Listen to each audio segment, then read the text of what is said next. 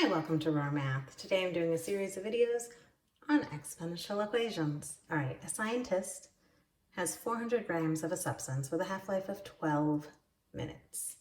Find a model for the substance in terms of each half-life. All right, so we're going to do f of x for this. F of x equals 400, that's our initial.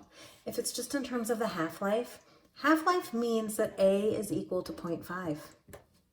So 0.5 to the x. Students often get confused with half-life, but half-life just means that you're given the factor and the factor is 0.5. Okay, find a model for the substance in terms of hours. Well, if our factor is 0.5 every 12 minutes, but we really want this in terms of 60 minutes, hours. Well, to get from 12 to 60, we need to multiply by 5. We'll do g of x for this. So g of x, we still have the same initial of 400, but this time it's per hour, so we multiply by 0.5 5 times every hour.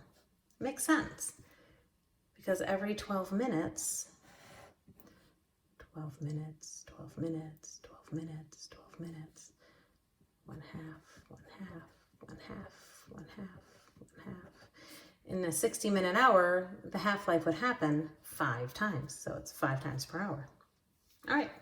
So find out how much is left after 2 hours using each of the models. Okay. So the reason that we usually change our model to represent hours versus leaving it in the half-life form is this is a 12-minute model. So if I want to know how much is left after 2 hours, I have to think, well, 2 hours is 120 minutes. And how many times does 12 minutes go into 120 minutes? Well, 120 minutes divided by 12 minutes is 10. So there's 10 12-minute chunks. So f of 10 is 400 times 0.5 to the 10. And if I then finally get to the point where I can put this into the calculator, I can take 0.39 grams are left. Phew. But if I just change my model to make it in terms of hours, I just have to say g of 2 is 400 to the 0.5 of 5 times 2, which is the same as 10, which means it's going to be 0.39 again. And of course these are the same. They have to be the same. They have to be the same because they are modeling the exact same thing. Just one is in terms of 12-minute chunks and one is in 1-hour chunks. We just altered the exponent to make it easier to use. Okay, so because the second is the easier of the two models, how long will it take to have 75 grams of the substance left using the second model? Well, remember, half-life is 12 minutes.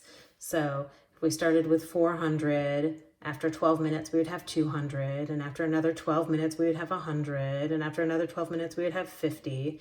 So this is 12 minutes, 24 minutes, 36 minutes. So it's going to be, between 24 and 36 minutes. You're thinking it's going to be a half hour, but exponential, that would be linear, is exactly 30 minutes. But it's going to be, roughly a half hour. That's my prediction. It's not going to be a half hour, but it's going to be roughly a half hour. That's my prediction.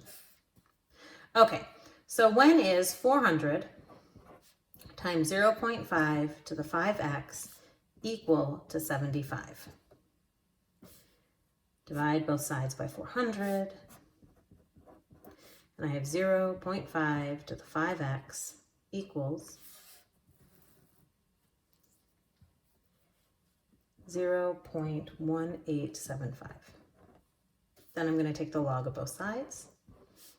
Log is always to the left, never to the right. It is very specifically directional. It's a function. It has to be on the left-hand side.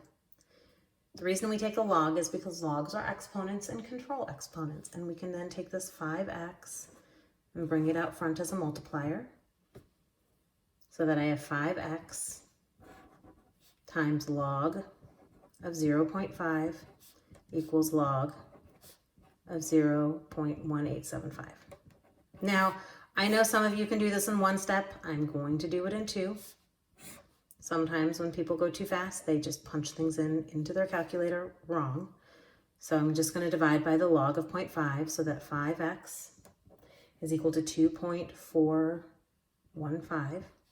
Then I'm going to divide by 5, and I'm going to get that x is equal to 0.483. It says round to 3 decimal places, hours, which is close to my prediction. I said it was going to be about a half hour, and this is just under a half hour, so not bad. All right, I hope you've enjoyed this video. Please subscribe to my YouTube channel, like my Facebook page, and I'll see you on the next video. Thanks.